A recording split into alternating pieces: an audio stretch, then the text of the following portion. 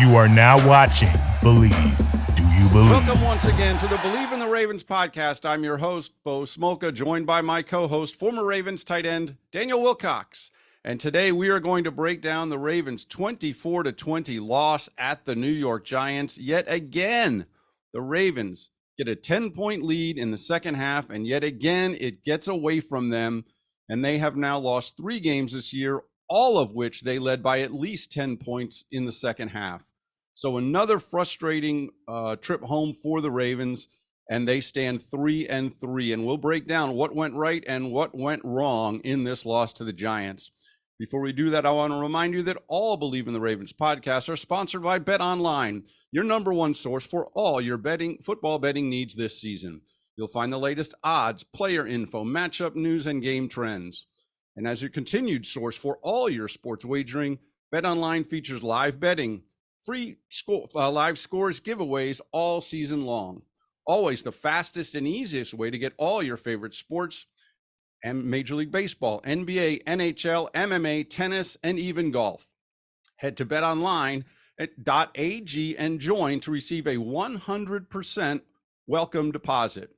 Make sure to use the promo code BELIEVE, BLEAV, to receive your reward. Bet Online, where the game starts. Well, Daniel Wilcox, let's start talking about this Ravens game. It felt for 50 to 55 minutes, the Ravens were the better team.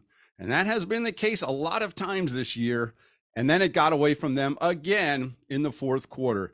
In the big picture, overall, we'll get into some of the micro details in a minute, but in the big picture, where do you think this game was won and lost? Overall, Bo, I think the Ravens did play a phenomenal game. I think they played a great game all game long. I honestly believe in my heart that it just came down to coaching. And I think I said this last week in our last podcast, the preview before this game, that I think it was going to come down to coaching. I mean, we look at the players and the team. I feel like the Ravens were the better team. They showed it all game long. It came down to the wire. Coaching decision, play calling, mistakes. Special teams cost us a lot. Justin Tucker never misses a field goal, and I told you he missed a reliable. And I just, it was one of those games. You see this little stuff that happened early on. The tip pass, our defensive line played lights out in the first half. They tipped the pass, and then it was a screen pass. One of the receivers from the Giants caught it with a one-hand catch. When you see stuff like that, you're like, oh Lord, it's gonna be one of those days. When you see that stuff early on, it's like the ball ain't gonna bounce your way. Little things like that, and then just the tip pass for the interception, the bad snap at the end of the game that Lamar got, and he gets up, scrambles with the ball, try to make a play, throws a pick. It's all these little things, man, that kind of really, truly just cost us this game. And I honestly felt like we got out coached. I felt like they kicked our butts on special teams. They won the field position battle there, so they always had a better field position than we had. And then I felt like they had a big return on special teams, but you never really give up big returns like that. And we were just flailing all over the place. Guy was getting knocked out and falling down all over the place. And it was one of those games, Bo, as you watched it, you knew it was going to come down to the wire. You honestly say, man, this could easily be an upset. You can see it coming. You see it coming. You see it coming, and then it happens. Right. And I honestly felt like going into the game last week that the Giants could beat us. And I felt like they can beat us because I'm scratching my head about our defense right now. And we still had another bonehead play with the touchdown we gave up to the tight end. We had a 2 tight ends run. 56. He bypassed his one tight end to go to the other tight end, and Chuck Clark didn't come down and jump on the tight end that was wide open. Chuck Clark just kind of stayed in no man's land in the back of the end zone, and it was an easy touchdown for the Giants. And it looked like to me it was some more scratching head confusion type stuff that was going on. And I don't understand what's going on in that standpoint. And then watching the Giants defense play, it looks just like the Ravens defense. Of course, it's Wink Martindale, so it is our defense, but it's not our defense anymore. And we're not playing the way we normally play on defense. And I said this last week, Bo, and I say this every week. One of the things I can remember most is Ray saying, "Don't worry, we're gonna keep them under 21. All y'all got to do is score 2 touchdowns because we're gonna score 1 ourselves, right? We're gonna keep them under 21 on defense. They kept us underneath 21. We scored 20, and they scored 24. They win the game. You keep teams under 21 points, most of the time you got a really good, legitimate chance to win. A special teams touchdown, a defensive touchdown, a couple of offensive touchdowns, and you automatically win almost every single game. Your odds of winning is much, much, much greater when you keep teams underneath 21 points. I felt like Saquon wasn't going to get off and have a great day on us, and I felt like he didn't. And man, I could talk all day, Bo. You can just let me talk nonstop. You can just pull the ripcord, man. It was so many things that made me happy and so many things that disappointed me. And I just still don't see us just really cutting loose on offense the way I feel like we really can and, put Lamar in the best situations that he could possibly be in to be successful. And I think as a great coach and as a really good coach, the one thing I remember about John Gruden in Tampa, he always found a way to get his best guy on your worst guy. He didn't want to see your best guy on my best guy. He wanted to see my best guy on your worst guy, and we're going to attack that battle and that matchup. And that's what made him an offensive genius to me.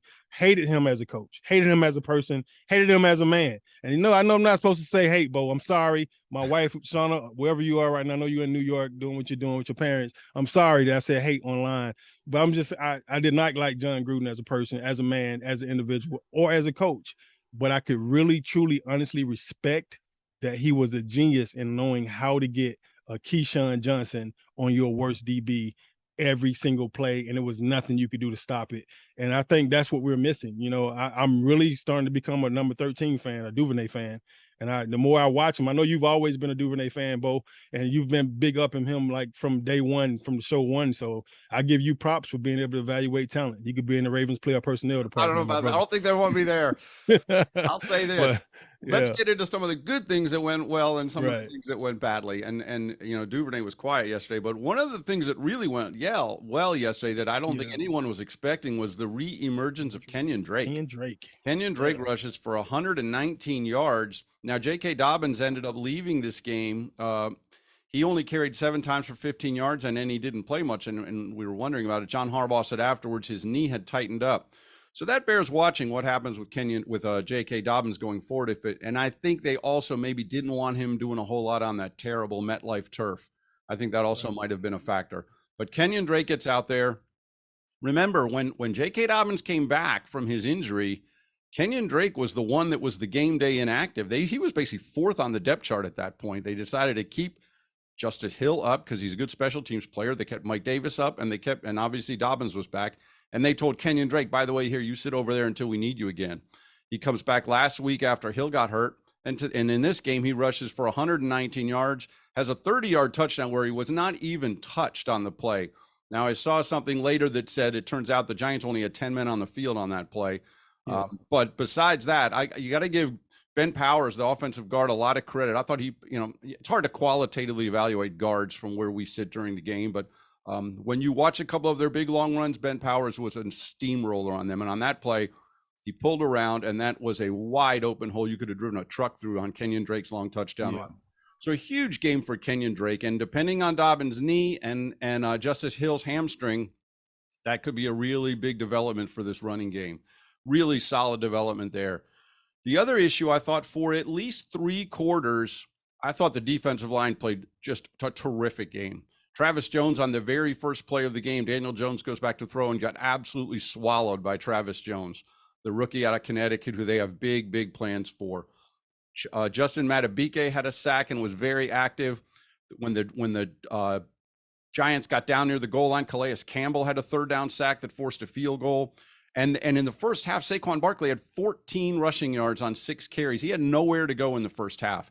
The defensive line, I thought, played terrifically for most of the game. Now, there was a stretch in the 3rd quarter on a long drive where Barkley started to get going, but quite frankly, though, as well as the defensive front played in the first half, the Ravens should have been leading by more than 10-7 at halftime. That was a missed opportunity. I thought the defensive line played well enough to win. And then Mark Andrews, we talked about Mark Andrews so many times, but I'll give Mark Andrews and Greg Roman credit because when the Giants are scheming up that game, 89 is the guy they have to stop. And he came open time and time again, finished with 7 catches, 106 yards. He had a touchdown, almost had a second touchdown that he, quote, dropped. The ball got tipped right before it got to him. So that did add to the degree of difficulty on a catch. But I know Andrews thinks he's got to catch that ball. So Andrews, and in fact, generally the tight ends, Josh Oliver had a spectacular catch, and he's not even the catching tight end. So those were positives, but again, this team sits there at 3-3 and they're scratching their head because so much went wrong. Now let's start with the biggest thing that went wrong. Late in the game, Lamar Jackson's just trying to make a play. The Ravens are trying to drive down the field, and we'll get to the penalty just before this play in a minute, but Tyler Linderbaum snaps it. Lamar Jackson said the snap was early. Jackson doesn't field it. It bounces behind him. In a panic, he picks it up. He's under pressure. He thinks he sees Patrick Ricard open. Julian Love cuts in front of the pass, intercepts it, sets up the Giants for the game-winning touchdown. It was, quite frankly, just a terrible decision by Jackson to throw the ball. In the moment, is how hard is that for a quarterback to just eat it in that? Or what were you thinking when you saw that play? I thought he should have just threw it away, threw it out of bounds. It was a busted play from the snap. As soon as the ball snapped, I don't know if it was a snap early or they missnapped it or timed it. He didn't seem like he was ready for the snap when the center snapped it. And the ball flew past him. He went back, and as athletic as he was able to scoop it up and then separate from a defender. And he was under distress as soon as he picked the ball up.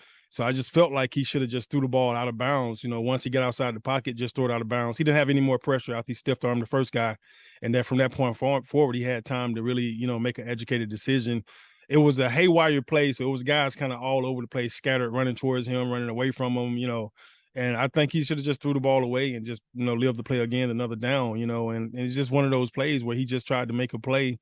And it's to me, it's that cardinal sin. Like when you see a playmaker and he's doing something, he shouldn't do, like throwing the ball back across the field or throwing the ball when a ball snaps like that. If you throw it out of bounds, he get the ball right back where he got it at, and he loses it down.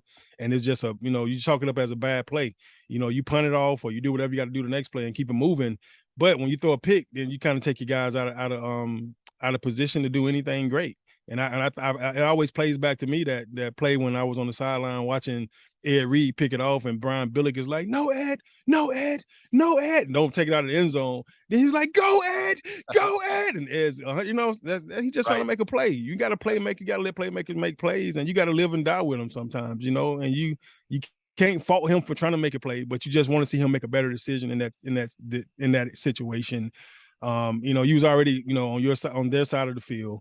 So you want to get at least past that 50 to get yourself in field goal range to get at least 3 points on the board. So he was trying to make a play out of nothing, and he's done it a million times. So it's like when he doesn't do it, you kind of get frustrated that he tried it, but when he does it the other 90 times and he made a play out of it, you're like, boy, we got a special guy. He's special. So, but I'm not mad at Lamar at all, man. I think he played a hell of a game all game long. And then, he had one bad decision, which was the pick to throw at the end of the game. And then, of course, the script fumble they took from him when he was scrambling with the ball. You want to see him kind of cover that up in traffic, But I mean, Lamar being Lamar, he's able to take that arm and swing it around defenders and stuff all the time and keep defenders away from it. He just kind of had it a little bit lax and got it knocked out of his hand. And but it's a sad day in my hometown right now. The Falcons. I mean, the Braves lost. The freaking Falcons turn around and win. But the Lamar Jackson, and the Ravens, when they lose, that doesn't make me feel good at all, man. I was really upset. I was at my son's baseball tournament watching the game on my phone, and I'm like, we're gonna win this thing. We're gonna win this thing. And I was shaping up like, okay, I got it. I think we good. We good. I'm really thinking we're going to, drop 28, 30 points on them. And, it just kept being a tight game. And it's one of those games where you see guys hang around all the time, right?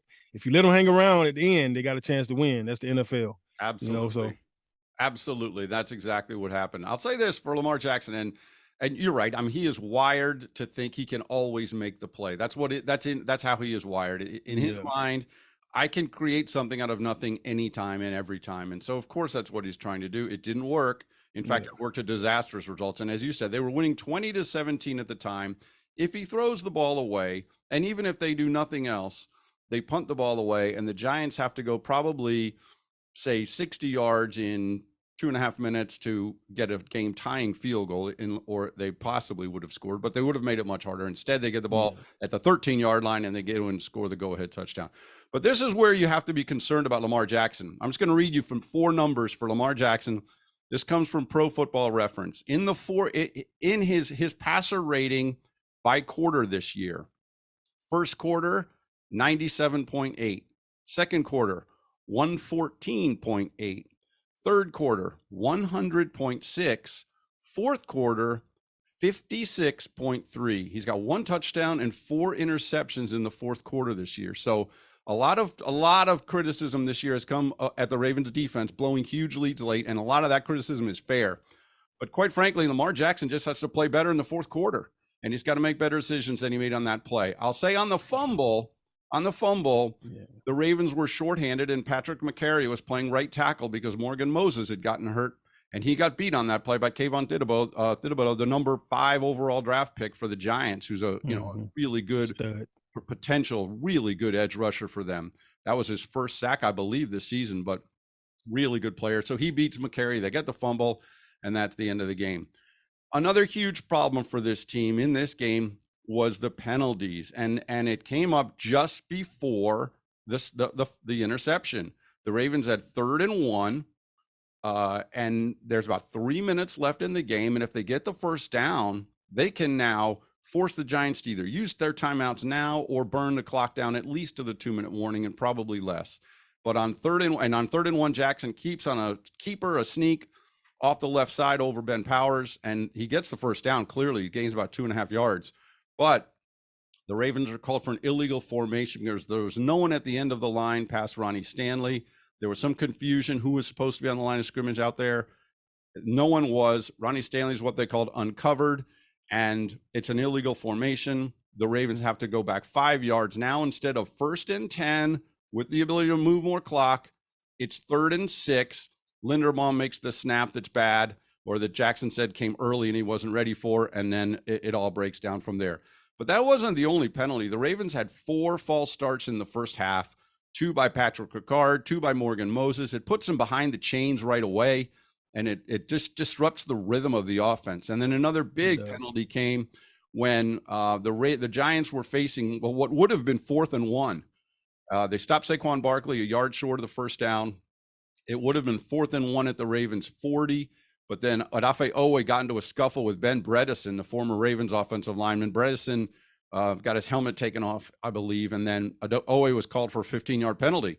Ball moves into the 25-yard line. New set of downs for the Giants, and they go in and score a field goal. So penalties just really, really hurt them. The other thing that a lot of people are talking about yesterday was the Ravens' inability to find the end zone. Drives ended in field goals instead of touchdowns. And this comes back to what you said. It felt like they should have been winning by more, but you let the team hang around. It doesn't work. And the drive that people are really honing in on was the drive where they got 1st and goal at the 5-yard line. They moved effortlessly down the field. Drake, a couple passes to Andrews, a run by Jackson. They got 1st and goal at the 5. At that point, the Ravens were averaging 9 yards a rush on the ground. And on 3 straight plays from the 5, they tried to throw a touchdown pass. First one incomplete to Duvernay. Second one was the ball that was tipped and Andrews couldn't come up with it. And then the third one was a pass at the goal line for Isaiah Likely. It looked like he might have gotten interfered with, but he didn't get the call. And now it's 4th down at the 5, and Tucker is left with a short field goal. It seemed like a really, really missed opportunity at the time, and it loomed large later.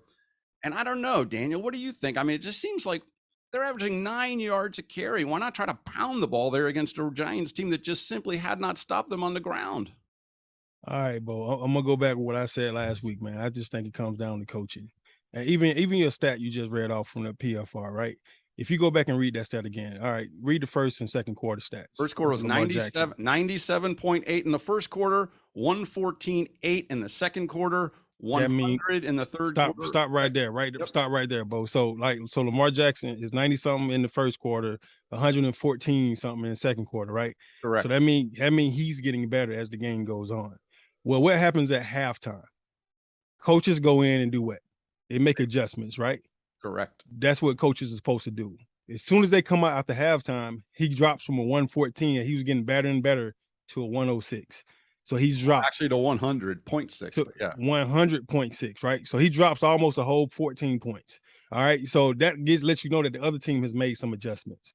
Are we making adjustments? I don't know what we're doing. So, and then it gets worse in the fourth quarter. So he drops even lower to 50% in the fourth quarter. That means those other teams are still making adjustments as coaching staffs, right? So are we not making adjustments to me, that's what it says to me. Like if I start a game off, and that means I did a heck of a job scouting and doing what I had to do as a coach, because that means I'm playing well, my guys is playing well, we're getting what we need to get out of our quarterback production. And then once we go into halftime, those teams make adjustments, we make adjustments, they come out, and all of a sudden we're not doing as good. To me, if your quarterback is not playing well in the second half of a game, that means there's a problem with coaching as well, and the coaching has to step up and they have to figure out what's going on. It's just the same way that the PFR guys came up with those percentages. Everybody got analytics, so everybody should know this already, right? Every team, the Ravens got probably the best analytics department in the whole NFL. So I'm telling you, the guy Daniel is phenomenal. So what I'm telling you right now is they have to be able to know that Lamar is not playing good in the second half. So I have to go back as a coach, as an OC, look at the second half of these games and try to figure out what I'm doing wrong as a coach, and then what I can do to help Lamar play better as a coach. Players get paid to play, coaches get paid to coach. Why do we pay coaches all this money if we never hold them accountable for the things they're supposed to do as a coach? So it's just, to me, in my mind, there's some kind of disconnect there, from Lamar, from the coaching staff to Lamar in that second half. Because if you bring it to my attention, excuse me, if you bring it to my attention that I'm not playing well in the second half, I'm gonna do everything in my power as a player to try to play better in the second half. Athletically, I'm where I'm supposed to be. Knowledge-wise, I'm where I'm supposed to be. Play calling has to allow me to continue to flourish, and you can't keep calling the same plays you call in the first half, if they've already made adjustments to it and now they're prepared for those plays. That's why you hear guys say, man, they're calling our plays out. They know what we're doing. That's because they've made adjustments and they know you're going to run that same stuff that you've been running all year. Some things are your bread and butter. You're never going to get rid of them. You're going to run them. They're going to have to stop them. Your job as an OC is to figure out how to let them know how to run that same play out of 35 different formations, or how to run that same play out of 35 different motions, or how to run that same play out of 15 or 20 different types of shifts. That's how you confuse the defense. And you got to keep giving them different looks. And then you got to have a play action off every single run that you have. You have to. So if it looks like a run every time, they got to play the run. And you see a lot of Mark Andrews plays that he made came off play action type plays, and it allowed them allow him to be open. The pass that Isaiah Likely caught, that was a great play. To me, you come back to that play until they stop it. You have to keep calling stuff until they stop it. I just didn't feel like they never really stopped the Ravens the entire game until we got into the red zone. For some reason, somebody's biting their nail when the play calling happens, or the players are biting their nail when they call the plays in. It's one way or another, but they don't either the players don't believe what they're calling, or the coaches don't believe what they're calling. It's one or the other. So something has to change in that standpoint. I think I don't know how you have a quarterback as dynamic as Lamar is, and a team as dynamic as the Ravens is, and then have Kenyon Drake have the breakout game he had, and you don't come up with a win this game. I think you run Drake to the freaking wheels fall off if he running that well. I mean, he has some big runs, Bo. Huge you run. have to run. Yeah, you got to run him until he can't. I mean, he need to be Jamal Lewis Jr. running out that thing. By the time he finished that game, he should have had 250 yards rushing. It looked like he could have. It looked like he could have. I mean, as it is, they averaged almost not the team overall. Jackson averaged, I think, 11 yards a carry. They averaged almost 9 yards a carry in that game. I mean, they were running wild over the Giants. How many carries did Drake have? He was 10 for 119. He only had 10 carries, Bo. That's right. With 119 yards. Why not give him another 10? Well, and you had the lead the entire game, right? So it's not like you was playing from behind and you had to throw the ball every play. If you got a guy that got 119 yards off 10 carries, and he only get 10 carries, Bo? That is correct. Shit, man, come on. What the analytics at? We'll see. I don't know. It's a question to ask. I mean, Dobbins was carrying some early, and he only 7 for 15. His knee tightened up, as I said, but they absolutely could not stop Kenyon Drake. And so, a lot of people are questioning, well, why did they try to throw so much, and especially down near the goal line, didn't score a touchdown and were limited to a field goal. And as you said, it felt like the whole game, like, man, this team should be ahead by more. But they aren't. And they're, as you said, you let them hang around. Often when you let the supposed weaker team hang around, you're asking for trouble. And I mean, to the Giants' credit, they're not 5-1, and they're not going to be viewed as a weaker team very much because they just did enough to win. They did enough. They're doing enough to win each time. They're not making bad turnovers. And Wink's got that defense playing pretty well. And as you said, the adjustments is another issue. Here's something else that's a little bit scary for you or worrisome if you want to talk about adjustments. Ravens have come out great this year. In the first quarter, the Ravens have outscored the opposition 34-3 in the first quarter. They're almost always getting a first quarter lead. Fourth quarter, they've been outscored 64-22. And That's ridiculous. And that's how you lose leads. That's They've only trailed by for a total of 1 minute and 57 seconds in those 3 losses. That's ridiculous. But they didn't trail at all against Buffalo, but lost on the last play of the game. They trailed for 14 seconds against Miami, and they just trailed for this last minute and a half against the Giants. But in the end, they could not close it out offensively or defensively. And you mentioned special teams. For a team that prides themselves on special teams, I thought yesterday was one of their poorer special teams efforts. And Justin Tucker misses from 56. Okay, I mean, 56 is no gimme for anyone. I don't care if you're Justin Tucker. Hits the upright, They don't get it. But other than that, Jordan Stout, the new punter in place of Sam Cook, the rookie punter, puts a touchback in the end zone when they opt to punt from the 42. They got Jordan Stout because they thought he's the guy that can pin teams in deep. They thought his directional punting and his territorial punting, if you will, was really good. But it hasn't been. I mean, it hasn't been. In 18 punts now, he's put 3 of them in the end zone, and you're giving up 20 yards when you do that. So that's something that has to get better. They gave up, as you said, a long kick return of 47 yards.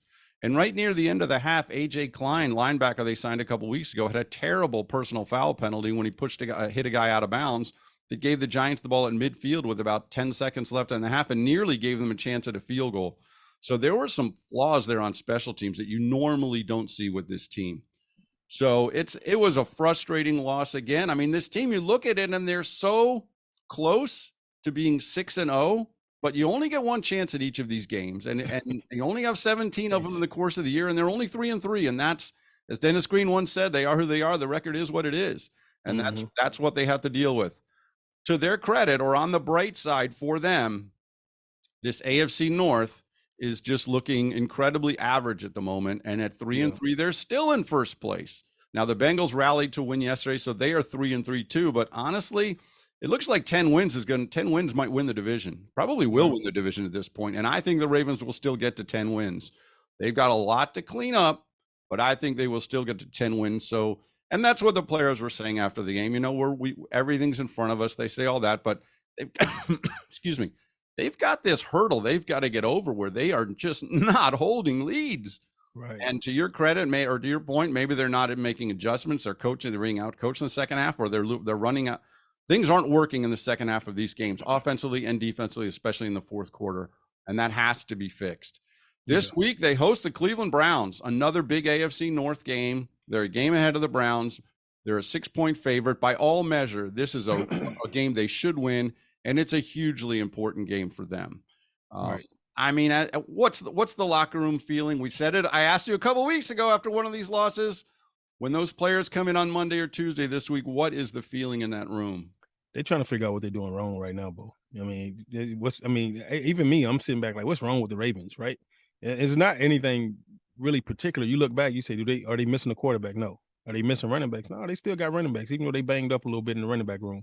Are they missing offensive linemen? They linemen is pretty freaking solid. They got a pretty good group of linemen. You're probably the best center in the league right now, And when you look at that, that's pretty good. The receivers, are the receivers killing them? No, not really. The receivers are really playing really well. They got three or four guys that are legit good receivers, Now, do they have this breakout superstar Randy Moss type guy? No. But do they have really good receivers? They got better receivers than Brady had when he won the Super Bowl with all those white guys. All right. That's how I look at it. Oh no, that's how I feel. They got a pretty good group of receivers. And then when you look at the tight end core, they probably got the best tight end core in the league right now. Straight up. They probably, as a group, the best tight end core in the league right now. And Mark Andrews is probably top 3 in the NFL. There's no doubt. I don't think there's no doubt. Yeah, top 3, so offensively, they're stacked, probably more stacked than they've ever been in the history of the program. You go on the defensive side of the ball, they secondary, legit great. Like legit great. Something's wrong. I don't know what's wrong, but something's wrong in the secondary. I mean, they still not the best secondary in the league like they should be. They should be the number 1 secondary in the NFL right now. But something's not clicking. Something's not right. I don't know what's wrong, but something's wrong there. Linebacker core is not the best linebacker core in the league, but they're good. They're not horrible. They're good. Could they be a lot better? Yeah, they could be a lot better. So there's definitely an issue in the linebacker room that you need to fill. But the outside guys, the rush in guys, I don't think they're that bad at all right now, especially adding Pierre Paul. I think that takes them to another level. And I think the guys they already have, those young guys, are actually pretty good, but for some reason they're not getting to the quarterback the way they're supposed to get to the quarterback. Their interior D-line just as good as anything in the league. Their interior D-line is probably just as good as anybody else in the league right now with Calais Campbell and company. So it's just what's really, really, really wrong, what's missing. And it's hard to replace Sam Cook. I don't care who you are. That's like trying to replace Ed Reed. You're not going to get a safety that's going to come in that's going to be – I don't care how athletic he is when he come in. He's replacing Ed Reed. Come on, dude. Mm-hmm. You need 2 punters to replace Sam Cook. Sam Cook was like one of the best punters I've ever seen as far as directional punting. So I don't care. You're not going to get a guy that's going to come in that's going to compete the same way that Sam did for the last 15, 20 years, however long he was in Baltimore. So, I mean, it's like if Justin Tucker leave, you're going to get another kicker. He ain't going to be Justin Tucker. Okay? So it's just, when you look at their situation, to me, when I look at it overall, they're not a bad team. So what's the issue? It got to be coaching. It got to be coaching. So that's why I keep I knew going into this game, when you see a team like the Giants playing the way they playing, it's because of coaching. It ain't because of nothing else. Everything is clicking. Everything is there. Yeah, they got Saquon back. Saquon is a factor. Daniel Jones is playing good. He's not playing great, but he's playing good. He's playing good enough. And they starting to get a little bit of confidence. And confidence comes with people believing in you. So obviously that coaching staff believe in those guys. And they're playing at a high level right now. They're winning games. I mean, they 5-1 right now. Yes, that should be the Ravens. That should be the Ravens right now. It very, very easily could be the Ravens. That should be the Ravens. Yep. So to me, Bo, like I keep questioning, like, is something wrong? Is something wrong with the coaching staff? Something's not right.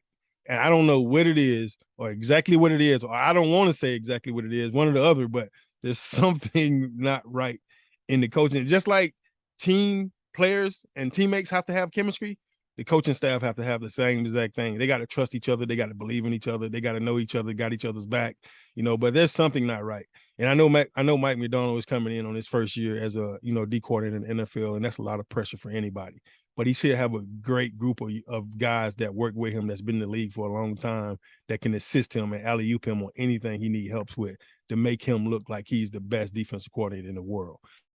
So to me, it's still no excuse that he's a young DC and he's coming in, or maybe somebody don't want him to be the best DC in the world. It could be that. I don't know. And it's the same thing on the offensive side of the ball. I don't know. I know egos is really a big thing in this league, and you have a lot of guys got egos. They've already been good at doing something. They don't want to hear your opinion about anything. That could be an issue with offense. Like you got to look at it. And you got to figure out how to get your playmakers the ball. Like I said, I'm becoming a Devin Duvernay fan. I want to see him get the ball more. Why is he not getting it more? King Drake had a good game. Why'd he only get the ball 10 carries? That's somebody need to be, hey, man, Drake got 120 yards on 10 carries, bro. Let's get him another 10 in this fourth quarter. Let's take that pressure off Lamar since he's not playing well in the fourth quarter. Let's take that pressure off him in the fourth. Get a freaking ball to King Drake. You got 120 yards on 10 carries. Like that's not a rocket. I mean, you don't have to be a rocket science to figure that out. Hell, you don't have to be a reporter that's freaking amazing like Bo Smolka to figure that out. You know what I'm saying? Like, give me the freaking ball. Get a man the ball, Bo. It was interesting that they're looking to pass on with a 3-point lead and trying to milk the clock, and Kenyon Drake's averaging 12 yards a carry. And so, what's going on? Those are fair questions, and they're questions that are going to be asked of Greg Roman and John Harbaugh and Mike McDonald and everyone else. But like I said, this team could be 6-0, but you only get the game once, and they're 3-3. So they come in 3-3. They host Cleveland this Sunday in a game that is, they've won one, lost one, won one, lost one, won one, lost one. That's been the pattern this year. They cannot seem to sustain some kind of run. They've got Cleveland, and then they go on a short week to Tampa Bay, which suddenly looks like a very flawed team despite having Tom Brady. I keep thinking there's this chance here for this team to build something and get a run going, but they haven't been able to do it. We will see if they can do it starting Sunday against the Cleveland Browns and move to 2-0 in the division. We will be back. It's a big, big, big game for the Ravens in that regard. And just, again, trying to build some belief in themselves, which they have to start to question and hope the frustration doesn't build in. But 3-3, they've got Cleveland coming up, and we're going to be back with a show on Thursday breaking down the Cleveland Browns game and see where the Ravens can go from here after another disappointing loss. They stand 3-3. That will be Thursday. We will preview Baltimore and Cleveland. Good talk here there, Daniel Wilcox. I appreciate your insight, your opinions. They're always welcome, and they give us a lot to think about. For Ravens tight end Daniel Wilcox, this is Bo Smolka on the Believe in the Ravens podcast presented by Bet Online.